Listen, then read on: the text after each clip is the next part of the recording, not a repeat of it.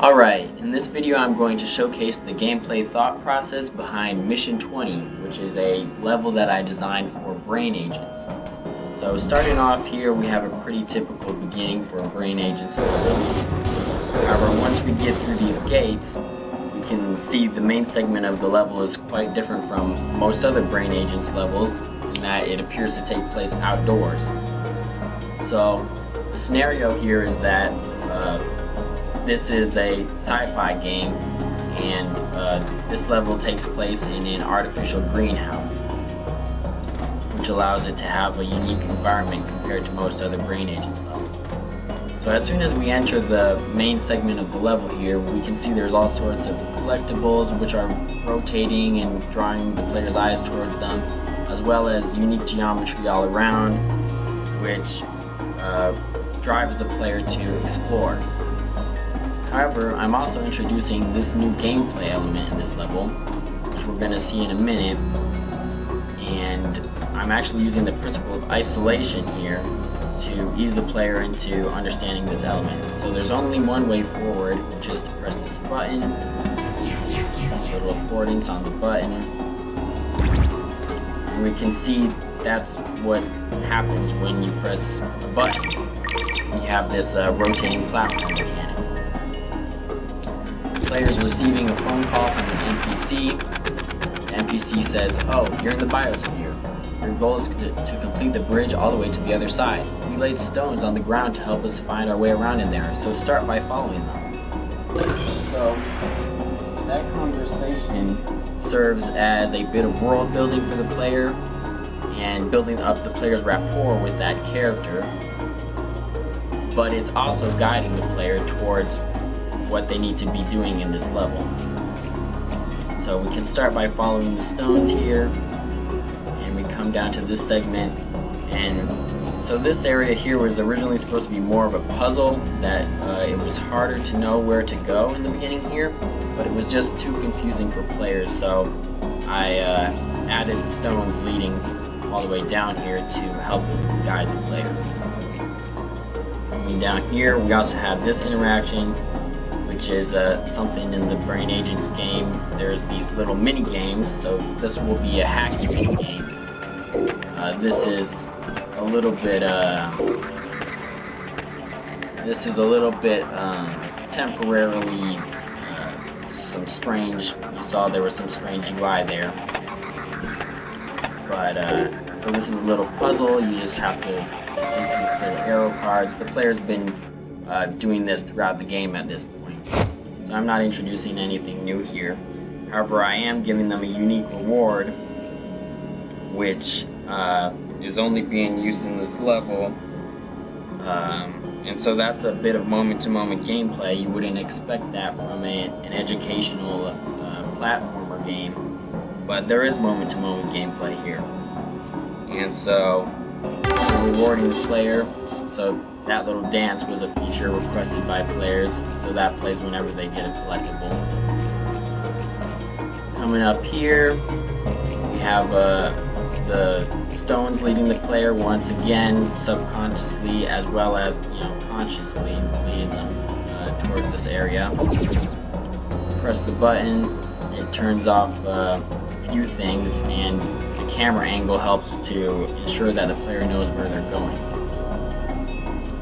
We have another hacking terminal which we've unlocked here. Still some broken UI sadly, but a little puzzle here as well.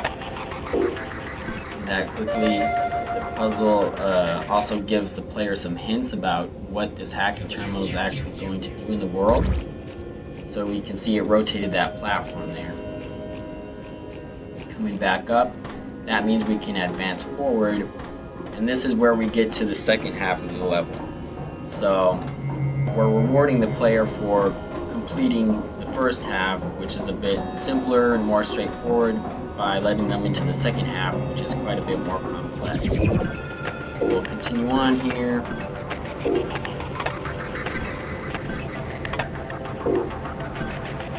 Solve that little puzzle, and so we can see whenever we do that, you can see what's happening here. It's actually affecting multiple platforms every time that we interact with one of these terminals. Try another one. So it's always key to think about what the player is seeing and feeling when designing the level. So I'm ensuring that what's going on is within the player's range of sight. So coming here, we do have these little arrows letting the player know that they can go either way. There's a lot more freedom in the second half of the level, which is part of one of the rewards psychologically that the player gets for completing the first half of the level. So we'll get through here. This is a little speed gate hazard that the players encountered before a few times. So you can see I cleared it. Few camera glitches, which are unfortunate side effects of some changes that have been made recently. However, we come across this button, which this is one of the main interactable elements of the level that will progress the player forward. So you can see I'm keeping to this theme of having the stones guide the player. See that? So we get a cutscene that plays that clearly shows what the player's doing. We know that they're building this bridge forward, and there's also an easy way up if you just climb up the vine. So every time, so players were getting confused in this level about, you know, what the point of building the bridge was, or whether what they were doing was actually affecting the bridge. So one thing that I added was a cutscene that's clearly showing the player building the bridge. The bridge is getting built piece by piece. So we have another little puzzle here. At first it brings down a laser. We don't want a laser, we want a platform.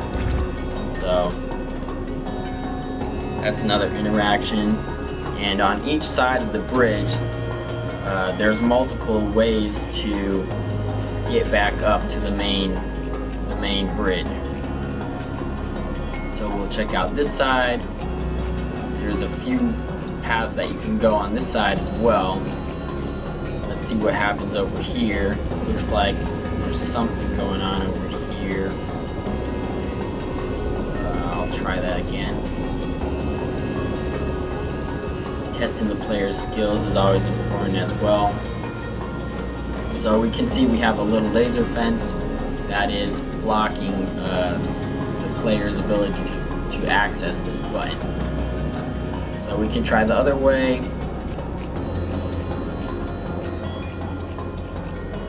Puzzles that the player can, doesn't understand how to solve when they first see them, but will understand how to solve later, which gives them a sense of discovery and reward. So there you go. That problem is solved. Let's get back down there. There's also a large variety of optional areas which are not being led to by the stones. So you can see the little platforms floating around for those optional collectibles and content, but I'm going to try to focus on the main progression of the level to keep the video short. So there we go, we have the entire bridge built, and luckily there's an easy way back. You can see here there's a path of stones leading this way. So testing the player on this camera is sort of a hazard,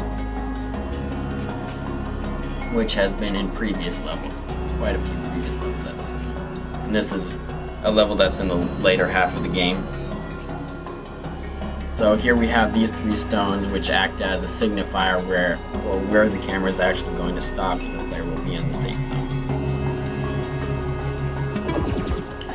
button there. Player can unblock, and then they can come back up. And so at the end here, you get to see the bridge fully built and fully accessible, which gives the player a sense of power and accomplishment because they were able to directly affect the state of the level and allow it to progress themselves forward. So we'll head all the way towards here, where we've been heading this whole time. And at this very end, we have this vine which explodes out of the wall and is a sense of surprise for the player. And we also get a reward, another one of these collectibles, for completing that complex puzzle level. And then at the very end of the level, you have this computer terminal, which is in all of the levels for this game. This mini game. And then afterwards, you are shown your score, or how well you did. So thanks for watching, and that's it.